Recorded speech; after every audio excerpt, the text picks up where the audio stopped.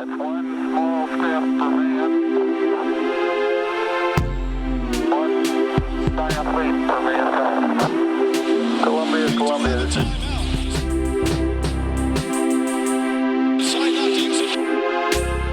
Houston, AOS, over.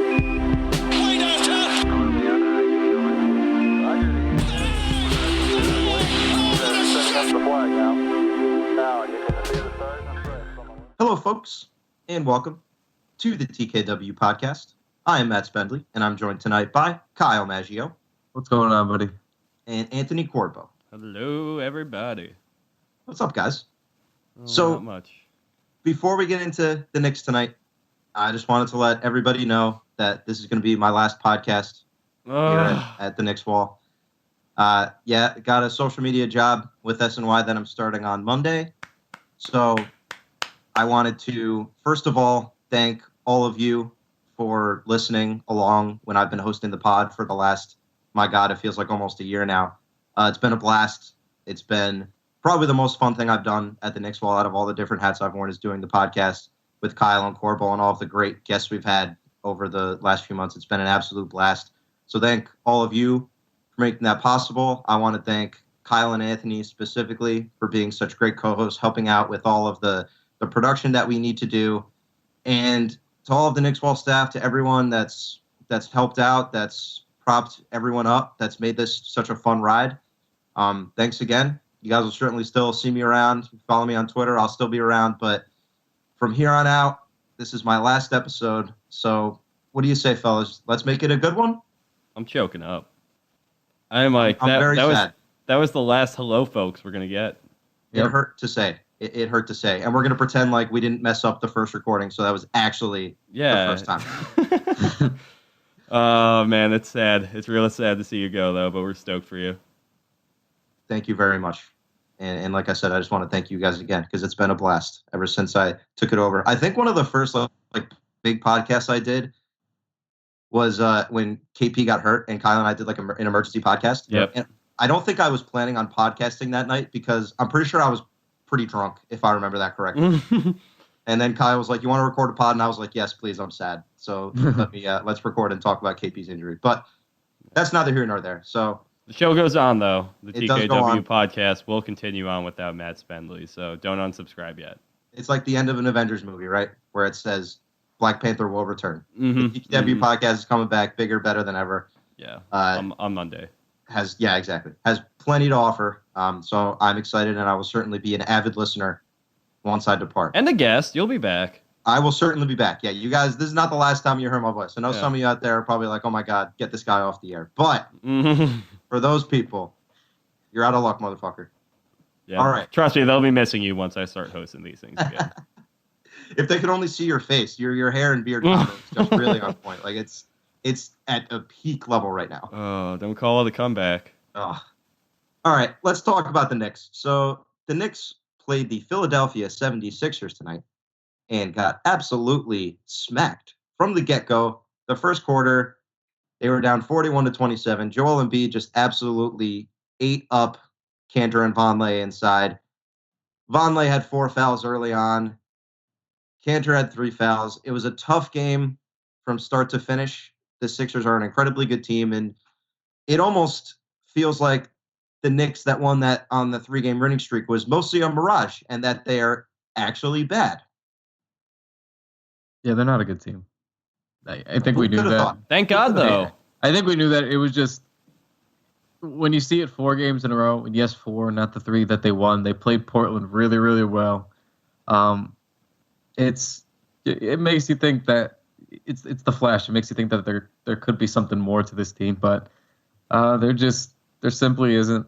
You know, there's going to be games like, little stretches like that, games like that. But, I mean, in reality, this team just doesn't have enough talent, and especially not the talent to put forth a consistent effort, being how young most of them are.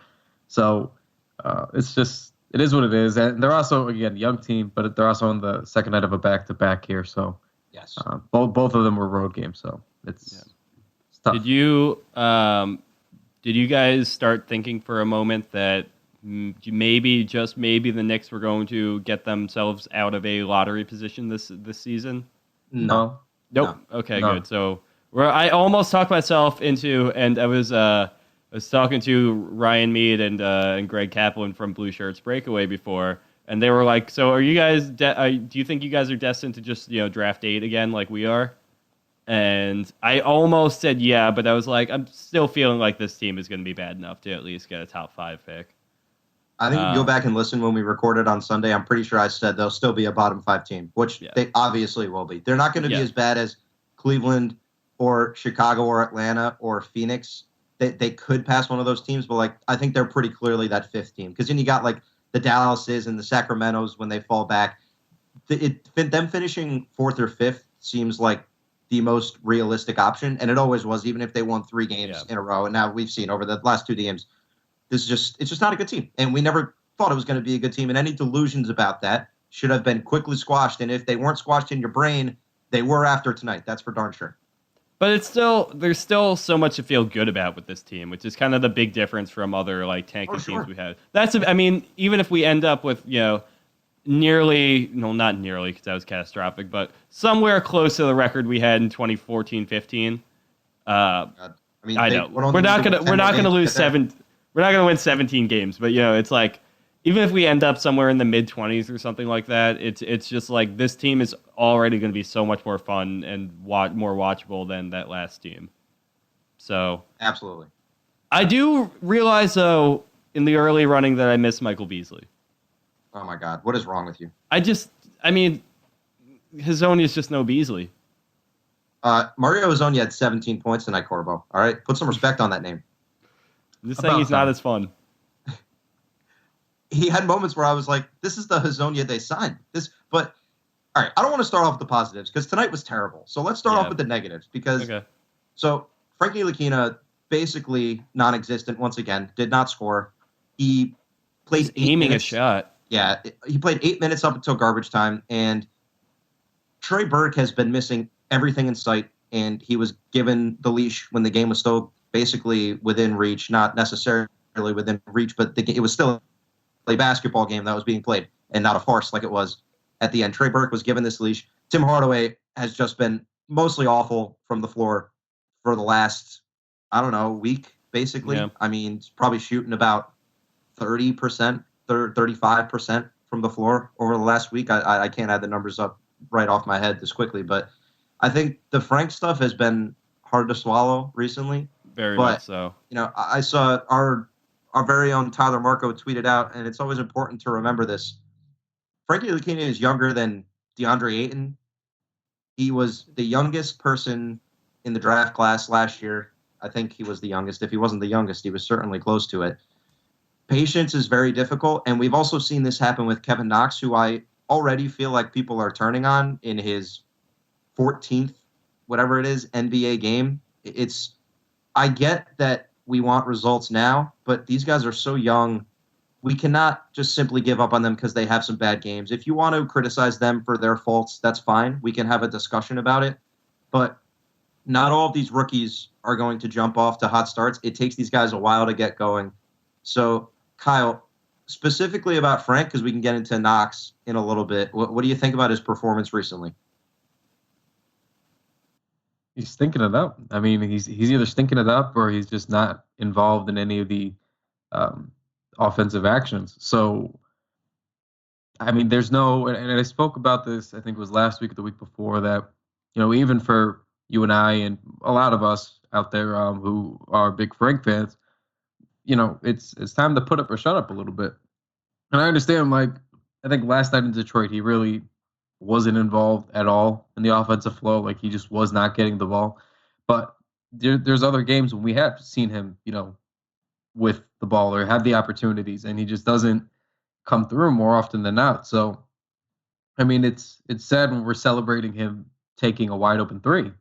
I saw somebody celebrating letting it rip from. He's finally letting it rip from 3, and what a beautiful sight, a rare sight. It's that shouldn't be a thing. He just still has no confidence to it. Even when he does shoot from 3, he's taken so long to aim a shot and make sure everything's perfect that he wastes so much time getting it up. It's still frustrating to see even when he's open from 3. I love the kid. I believe in the kid. I think I do wherever he ends up, whether it's here or not here, and I'll touch on that in a second. But here and not here. If it's a point guard or a small forward is where he ultimately ends up. I don't really care. I just want to see him do well. I truly believe he's going to for the rest of his NBA career. But you have to do something on the floor. You have to do something on the offensive side of the ball. Something. Like just anything. And he's not doing anything. It's like 4-on-5 when he's out there right now. Matt, you said he only played 8 minutes tonight. He played 8, and then he played 6 end of garbage time minutes. Like in the fourth quarter, I think he finished the game. We were kind of doing some other stuff at the end of the game and weren't exactly watching intently in the last 6 minutes, but he got nothing. And over the last 4 games, he's played 14 minutes, 15 minutes, 13 minutes, and 14 minutes. After the previous 3 before that, he had 22, 28, and 27. So that's 4 games in a row under 15 minutes or less. That's the hard part, I think, to swallow. I get that he hasn't been playing well, but it's not like Trey Burke has been playing well, has been earning these minutes recently that he's getting. Well, listen, I don't really care about Trey Burke's development. And obviously, okay, here's what I'm going to say. And it's not just Frank, it's with other players, and even Clyde was talking about it tonight. I almost feel like, Fizdale's got a bit of an aversion to the G League. I think if anyone should go down to the G League right now, it's got to be Frank. It's like, he's only in his second year. Frank isn't some veteran that's immune to going to the G League. He's not getting playing time anymore. He's getting less than 15 minutes a game most nights, lately. And, he's clearly getting surpassed in the rotation. And then once Courtney Lee comes back, he's probably going to take a lot of Frank's minutes. He's doing a lot of the same things that Lee gets praised for, especially if they want to trade Lee.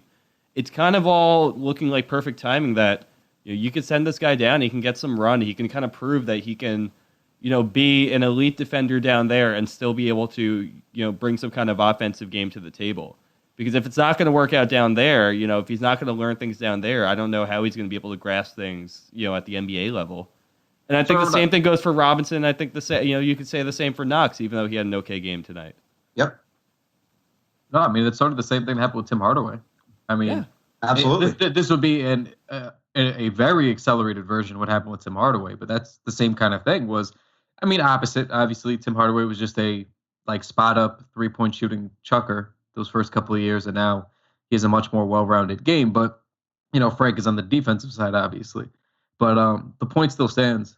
I mean, sometimes these guys need it. Sometimes it helps them. The G League, the stigma has gone down with it being so free-flowing and accessible and easy to utilize. So that's good, but there is still some sort of for some guys, there's that demotion thing that you got to worry about, the way they might feel. So I do. This is one of those things that I worry about, and I said this just for the his minutes, about whether he's going to play more or less. Basically, what kind of confidence does he have? Is going to be letting him play a little bit too much and play poorly going to affect his confidence, or will the demotion affect his confidence? I think we don't really know. Yeah, but I think you're seeing him play poorly right now, and you're seeing his minutes getting removed, and you see it's not doing him any better. No matter what he's done so far, whether it be getting extended leash last year, whether it's been running this year, he just hasn't promised other than in flashes. And it's I don't know, why not take him out of the spotlight for a little bit? Why not let him play where he's not going to have as many eyes on him, and he can kind of take the time to figure these things out. He's a young player. If you're in the league under with your G League eligibility, when you're 2 years into the league, you don't get that kind of say to say you have a reputation and you don't want to go down there or anything like that.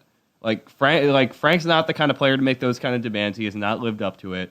Kevin Knox is, like we said, 14, 15 games into his NBA career at this point. If he needs to go play in the G League, that's fine. And Mitchell Robinson hasn't been able to stay on the floor either. And, he also doesn't have that kind of command where he can't go play in the G League or anything like that. This is a legitimate option that I think they should be utilizing, and it's on the coach to be able to make that call.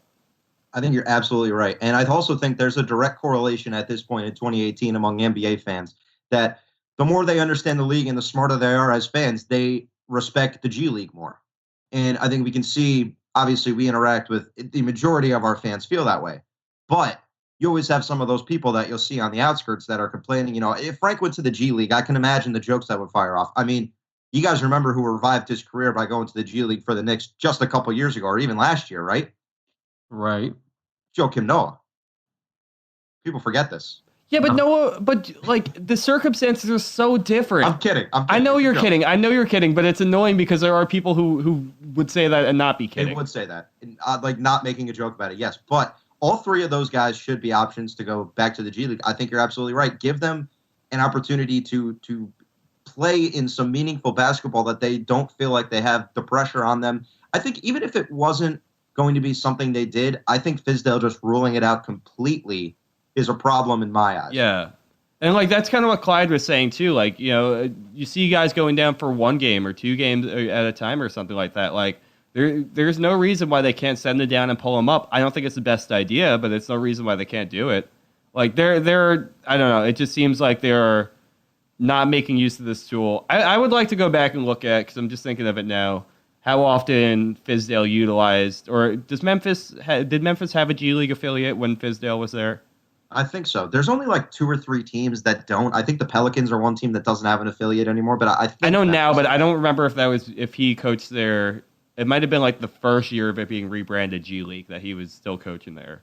So that's like it's definitely even in the most of recent of years that like the G League stigma has kind of gone by the wayside. But I would like to see if he utilized the D League G League system when he was a head coach in Memphis as well, because that would be pretty telling. Memphis Hustle from 2017 to present. They were founded in January 23rd, 2017. But it looks like the Iowa Energy had a hybrid affiliation deal with the Grizzlies. So that's probably something you could find. So we'll look that up. Okay. I was just going to say, too, about the G League that the Knicks have a really, really good coaching staff and training staff there, too. Yeah. Mike Miller's fantastic. Yeah, like it's actually like, I know we joke around about player development at the NBA level for the Knicks oftentimes for this last however many years. But for all the faults that the actual big league Knicks have had, the Westchester Knicks have had none of those issues and actually run really well. And it's worked out to our benefit with guys like Langston Galloway.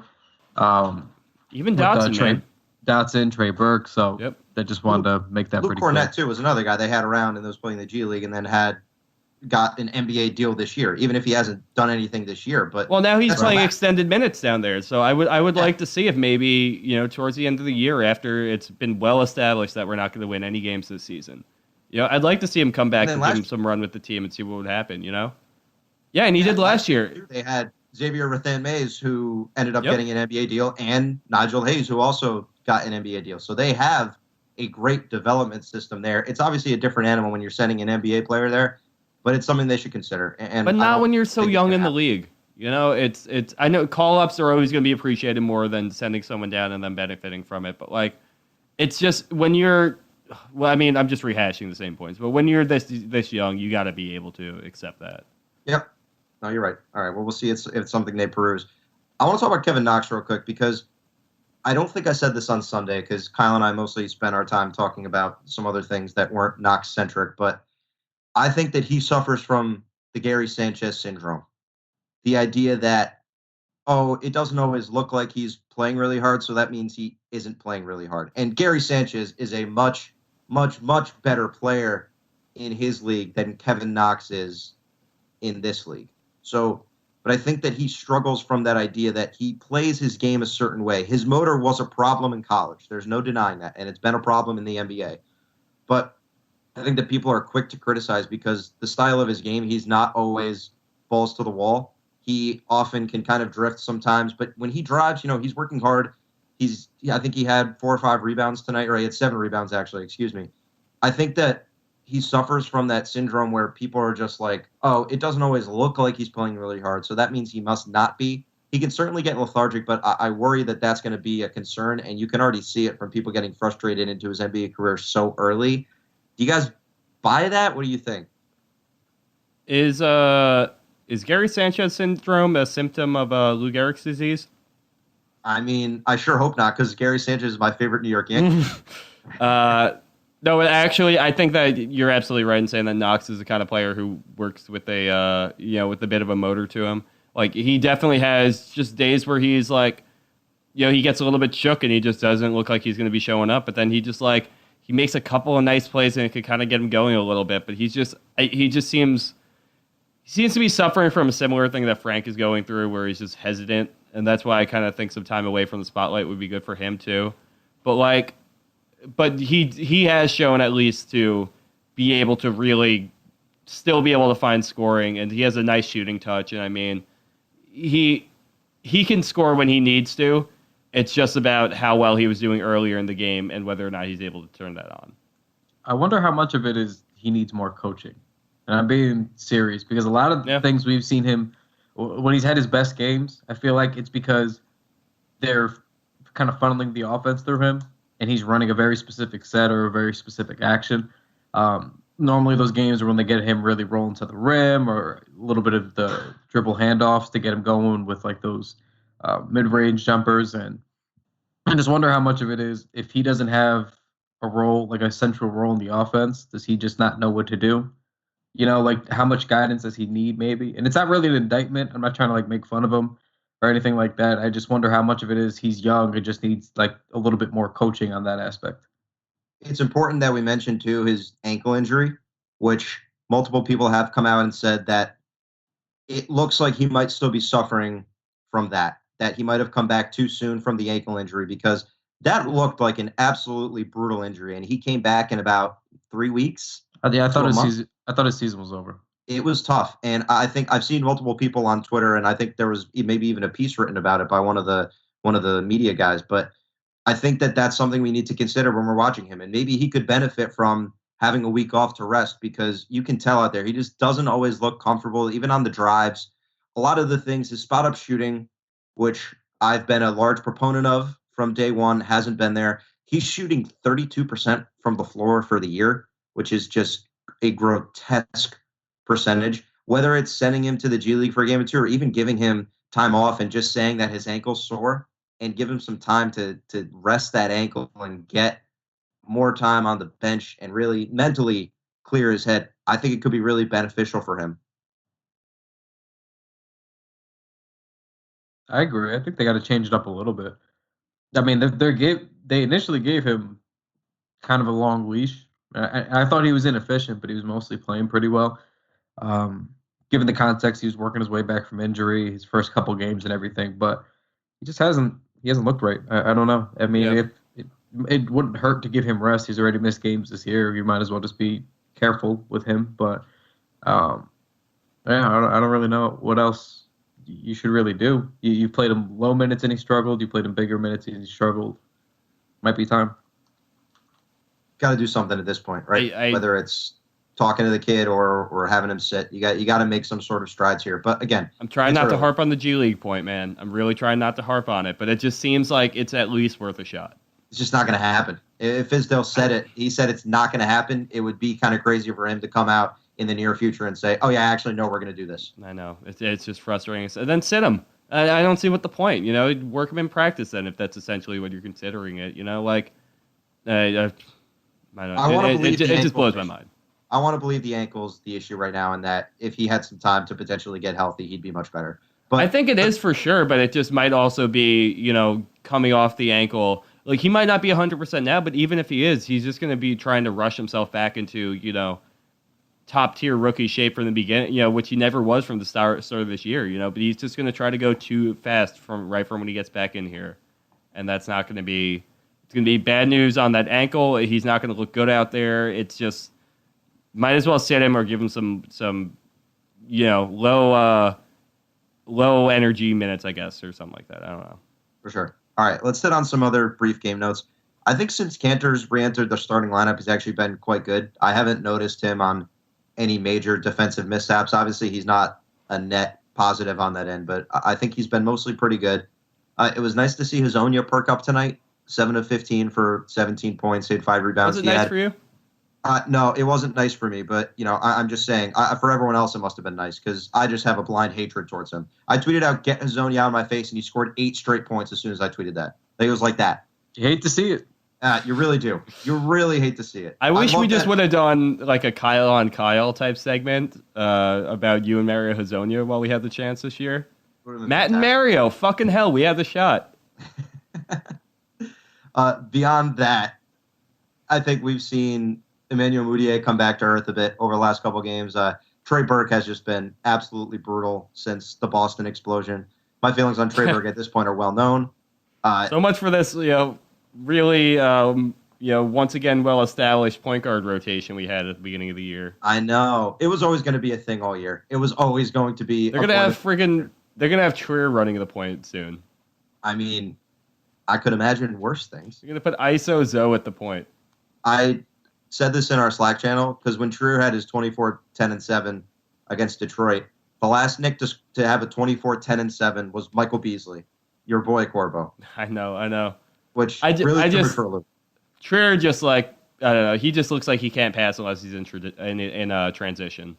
No, that's the time he doesn't pass. I have not seen him throw a pass in transition all season long. He always goes for the finish. Also, yes, there's been a lot of times like that. There was a wide open Frank Ntilikina in the corner earlier in the game tonight where he just was not looking to pass at all. But also, it just goes back to his isolation play where he'll get himself to a bad matchup and then try to pivot out of it and then, end up telegraphing his pass. And then, it happened tonight where it just, someone steals it away and goes on a fast break after that. And you're not as high on Trier? It doesn't sound like you are. I don't know if we've really I am high on Trier. I'm just trying to be realistic about what he'll look like moving forward for us. That's fair. I think he'll be a steady scorer. I think he'll be a good off the bench scorer. I think he'll be able to play this role for a while. But he'll look like the greatest undrafted player of all time. Aha! Now we're talking. Now we're spewing straight facts.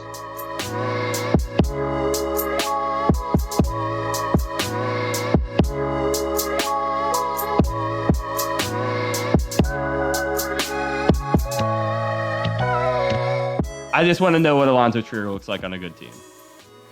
I am curious with that about almost every single Knick. All right, here's a question that I'm going to ask you guys right now.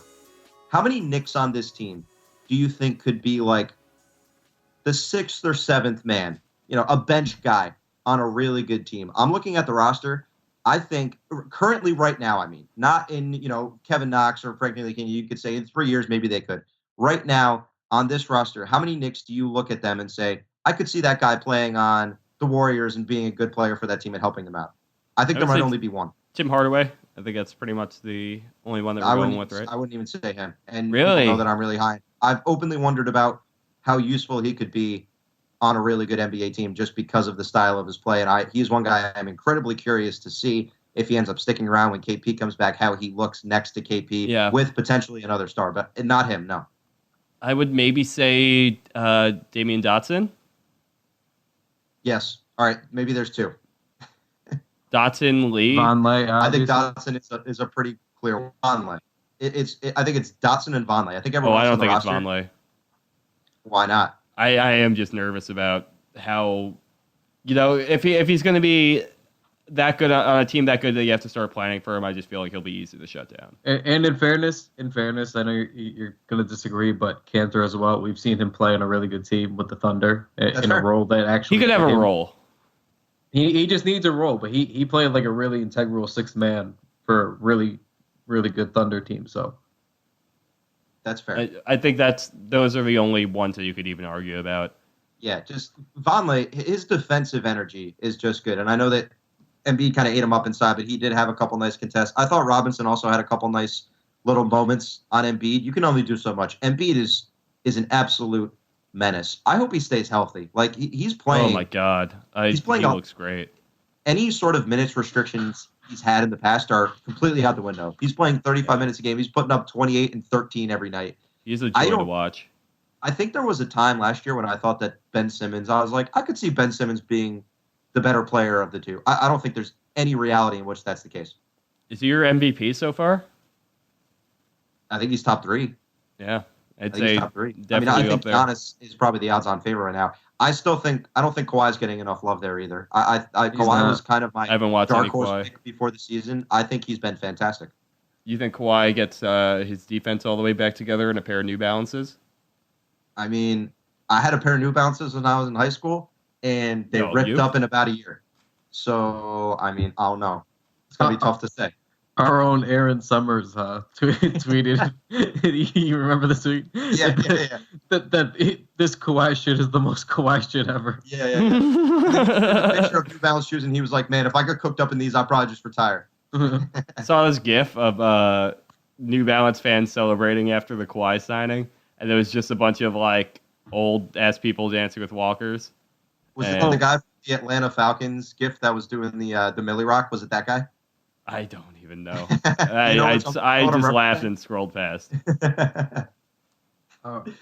They also had a picture of remember that lady from Oakland who called the cops on that black family who just having who could forget? Yeah, they had a picture of her, and then the caption was when did the new Kawhis drop? That is perfect. That is absolutely perfect. All right, let's talk. I want to talk just narratively here about the Knicks, because when there's a game like this, we've had plenty of contests this season where there's not a ton we can take away because of how the game was just a blowout early on. As a side note, before we get into it, it was good to see Dotson out there again. He had 16 points on 6-11 shooting. Again, some of it comes in garbage time, but he had 17 points against Detroit. It's painfully obvious that he should never have been racking up DNPs. He comes in and does the same. We said this like a month ago. He comes in and just does the exact same shit every game. Yeah. He had, like a 3-game stretch earlier where he kind of slowed down a bit, but that's going to happen with the type of player he is because he's not demanding touches. So if the flow of the game isn't necessarily in his favor, you're not. He's also in his second year too. Like it's the same thing with Frank or any of these other guys we're talking about in this group. You know, he can have bad stretches. They'll be okay. Actually, I'm going to switch gears and let's talk about something because I'm remembering with the Sixers, with Markelle Fultz basically being done. There's been some Knicks fans that have been clamoring for a potential trade to get Fultz to the Knicks. I have a couple thoughts, and then I'll hand it off to you guys. I don't think Fultz in New York makes any sense for a variety of reasons. Number one is that the Knicks already have all these young ball handlers that they want to give the ball to, and I think the only guy that would be prioritized over Fultz should be Frank. But they still have these guys on the roster, and I worry that with the Burks and the Mudiays, and even the Triers, like taking some touches away, I feel like that would just be a mess. I feel like Fultz in New York with all of the attention would just be a mess. I don't think people outside the Knicks care about the Knicks, but it's still the type of place where you have a ton of media members that are writing about you. And number three, and then I'll hand it off to either of you guys, but I don't think the Knicks have the type of deal that makes any sense because some people have been throwing out, they'll just trade Courtney Lee for Fultz. Philly's not doing that deal. Why would they do that deal? Why would they do that to get Courtney Lee on this roster? They would need more. And do you want the Knicks to give up draft picks for Markelle Fultz at this stage in the game? I don't know if I would feel comfortable doing that. Maybe a second-round pick because they do have 1 or 2 extras floating around there that they could potentially deal. But the Sixers are not accepting Courtney Lee straight up for Markelle Fultz simply because there have to be better offers that teams are going to throw out there from around the NBA. I think that we need to be honest about Courtney Lee also hasn't played all year. The Sixers aren't going to be saying, let's just do this Courtney Lee for Markelle Fultz deal and call it a day. Like, let's just wash our hands of this thing and get Courtney Lee on this roster. We know what Courtney Lee is. He's a fine player. He's a fine three-point shooter. He's a fine defender. He's not making a difference on your team. He's not the difference between the Sixers going to the Eastern Conference Finals and winning the Finals. So I just don't think he's someone that they're going to be dying to have on their roster. But I don't know. What do you guys think about this Fultz thing? So, not exactly my favorite source to go to, but Bill Simmons was saying today on his pod that I'm in favor of this, for the record. Yeah, well, I mean, like Bill Simmons, not what you're about to say. You bring up Bill Simmons because I know Kyle is not. I am. Just want to make that clear. Okay. They were talking about Fultz's potential value, and obviously anything he's going to say about Fultz is going to be slightly skewed and everything like that. But he did make a good point where it's just like Fultz's contract is not anything to to look at blindly. Mm-hmm. Where he's got he's making like $9 million next year, and then he's got the team options after that for even more. Like I know he's a rookie, but he's got real money coming his way. He's got first overall pick coming his way. So it's like, I don't know, when you start looking into that, like how many teams are actually going to be around who are going to want to take in that kind of money? And like he said that he had heard people talking and saying that they might have to attach a pick to get rid of Fultz. I think that's ludicrous, but it does make you wonder how many people would seriously, or how many teams would seriously get into consideration for him, given not only the what they would have to give up, but the actual financial price tag of Fultz.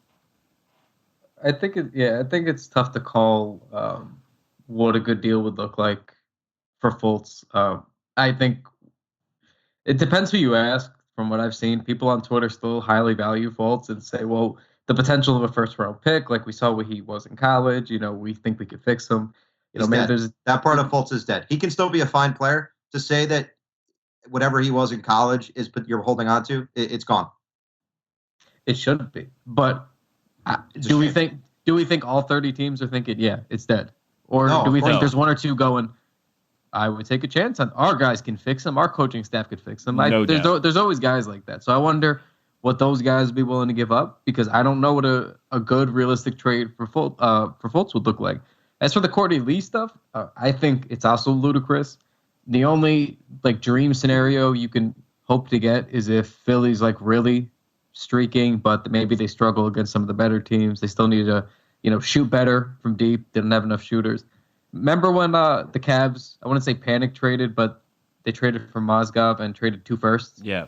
It could be one of those situations where Philly just goes, you know what? We really think we need this shooting, and we're willing to we're willing to move up for. It would take a scenario like that, because it has happened, but I also don't think they're going to do it. I think if they were going after somebody and they said they were just we all, they wanted to trade for, I don't know, a solid expiring contract. I think basically the only player they could honestly trade for is Nik Vucevic, because he is on an expiring deal and the monies I think probably would match up given Fultz's salary. But it would be, they'd either do a 1-for-1 swap on a high kind of profile, expiring deal or something like that. I could see something like that going on. Other than that, it's the deals are just it's just so unprecedented because you don't know what's really going on with this guy. It's not like trading other first round picks or top 3 picks in the past who usually get 2 or 3 hauls on them even after their first team has realized that they're not going to amount to anything. But it's just I don't know. I kind of am on the side with Matt where I don't think he's going to be anything where he's near in college. I think I honestly think it's nerve damage. I don't think it's a yips. I don't think it's a regular shoulder or wrist injury or anything like that. I think he's got some severe nerve degeneration going on here.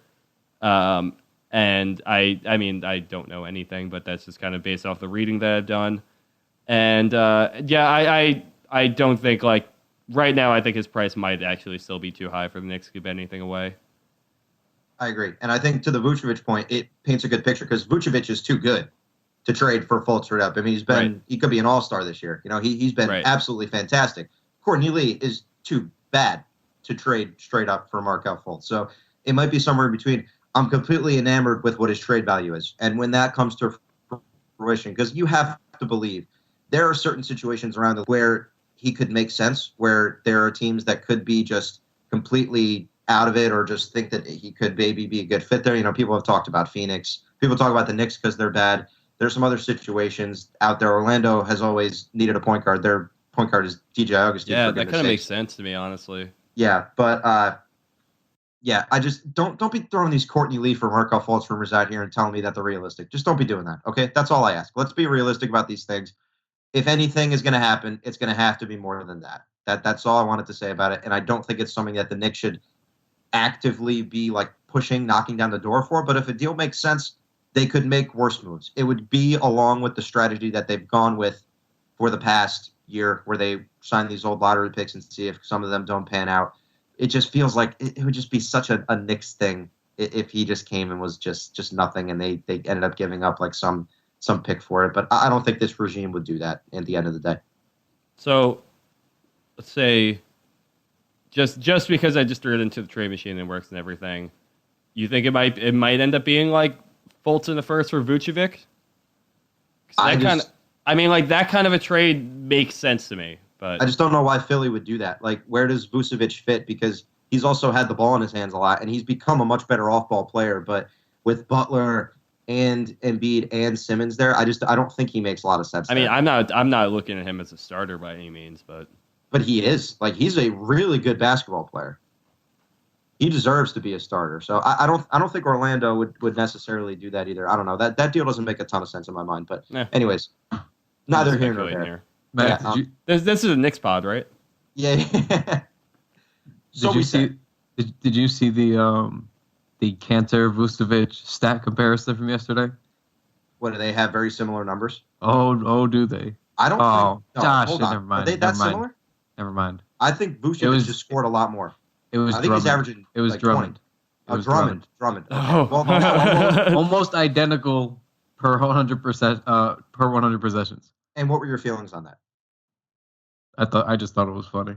Okay. I'm much more happy we have Kanter than Drummond. I know that much. On their contracts. Yes. I feel like Drummond's a much better basketball player than Enes Kanter is. But Who can production-wise, say? I'm taking Kanter at the price. I can say, because Drummond actually plays defense, and you can run sets with him that make sense that aren't just him pounding the ball and then chucking up a hook shot. There's things Kanter does much better than Andre Drummond, but like I'd much rather have Drummond as a pure basketball player. There's no doubt in my mind. Yeah, I know. Okay. I was just pulling your leg. You're just trying to troll me. You just wanted me to have that conversation with myself and then have it just be like, okay, we all know that you're right. Just shut the hell up, all right? Let's parlay this into a conversation before we get out of here, just in general, about the status of the Knicks, which I feel like we always have to check in on because with this team, the constant debate is should they be winning, should they be losing? After the last two games, we know that this is going to be one of the, at worst, three worst teams, at best, quote unquote, however way you want to spin this, 6 to 7 teams in the NBA. We talked about the lottery odds at length, but we don't need to do that again. I want to talk more about Fizdale's decisions, specifically what he decided to do tonight. I think that he had a bad night, and I've had plenty of problems with his rotations. And I think that we want to talk about the idea that the Knicks are allotting minutes to guys that aren't going to be around next year. So we had talked about the nice play of Mudiay. We had the great game from Trey Burke. We've seen good stuff from Noah Vonleh. These guys are all free agents at the end of the year. And if the Knicks want to get a marquee free agent like a Kevin Durant, they're going to need to renounce their cap holds on these guys. So they're left in a precarious position. What makes the most sense, if you're a Knicks fan, you're sitting here and you're saying, I want Emmanuell Mudiay and Trey Burke to play as well as they possibly can so that the Knicks can deal them at the trade deadline and recoup some assets for them and potentially use those assets in the future. How realistic it is to get those guys in a trade, I don't know, because I don't know that teams are ever going to be really excited to get a Trey Burke or a Mudiay on their team. But you want them to play well, so you leave that option open. So I think that there's been a bit of a tug of war because there's the people that are saying, well, Mitchell Robinson played 17, Frank played 14, Knox played 23. They aren't getting enough opportunities at the expense of some guys that aren't going to be around next year. But then there's the other side of that token where we want these guys to play because we want them to be traded. So if the Knicks are losing, however they decide to dole out is fine. So let me just check in how you guys are feeling on everything, what you hope becomes of these guys that aren't going to be here next year, because in all likelihood they aren't. I think I'd really like to see Vonleh back next year. I said that on Monday's podcast. But with the other guys, they're clearly not going to be around. They're not the kind of guys the Knicks should be giving any sort of serious money to. So, Corbo, let's start with you.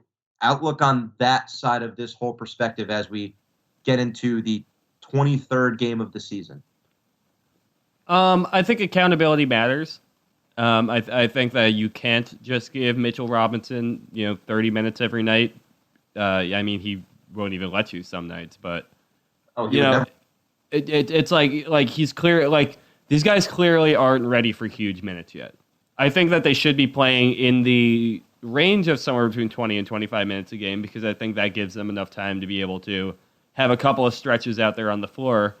But I also do know that when a player is going to have a bad game, then they should sit on the bench for a little bit. They should get a little bit less minutes. The guys who are thriving should be playing a little bit more, and they definitely should have that.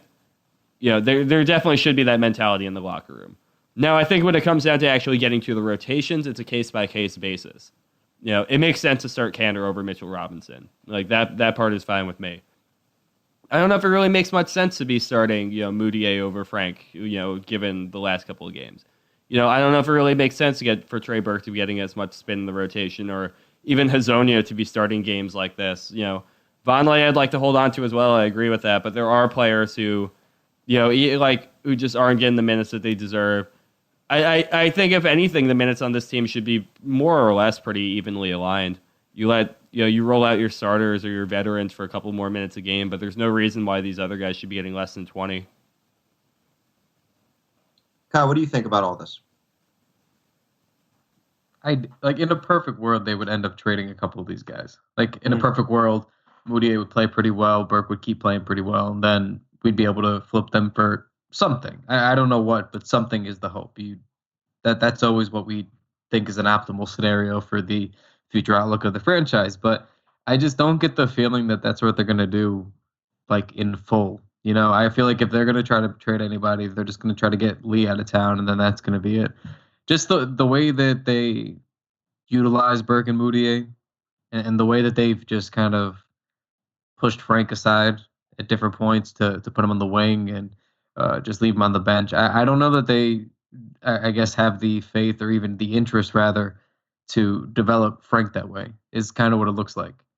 And even some of we saw Clarence Gaines tweeting about it tonight too, just kind of mentioning how he needs to be utilized a certain way, and he hasn't been utilized in those ways. And it kind of alludes to him when they drafted Frank. They probably had an exact way that they wanted to use him, or that they envisioned him panning out. And we don't see any of that with the way this regime is handling him right now. So I tend to agree on the part. I think as much as we'd like them to trade those guys, I think it's probably unlikely that they do, just because they've talked so much about these reclamation projects and what they're going to bring to the table. I wonder if that's something they would actually pursue, which they should. But I also don't think that the rest of the league sees the value yet. I 100% agree with that. No one's traded for Mudiay after he played 3 decent games. Everyone's kind of aware that Trey Burke is going to be super up and down like this.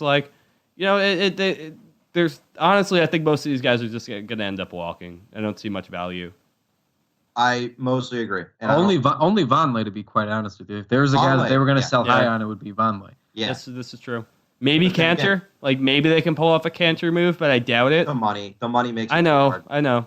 His contract makes it tough. But yeah, with Vonleh, I think even if the Knicks aren't able to retain Vonleh, I think that he could pretty easily, he'll be able to get another deal elsewhere, which, considering he was one of the last free agents they signed, is good for him and a testament to what he's been able to accomplish this year. But it's a strange year to watch this team because of that factor, that we have these young guys and it's the constant debate of, well, should we just be handing them minutes, see what they can provide, or should we make sure that they're kind of slowed into it, that they're able to have a clear mind, able to go into every game knowing that they're not relied on as some number one option, that they can kind of play within the flow of the game, especially at the guard position. It's a strange kind of year just to watch, and I think that's why it's been a delight to see some of the other guys like Trier and play pretty well when they've been given an opportunity, because those guys are going to stick around. Dotson, you never know. There was a report earlier in the week about him being a potential trade target for some teams. I think that was complete BS. I don't think that that's going to come to fruition at all. I don't see why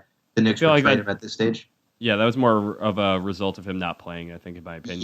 Yeah. No, it felt like that too. It felt like the agent was like, teams are wanting to trade for this guy just because he had 3 DNPs in a row.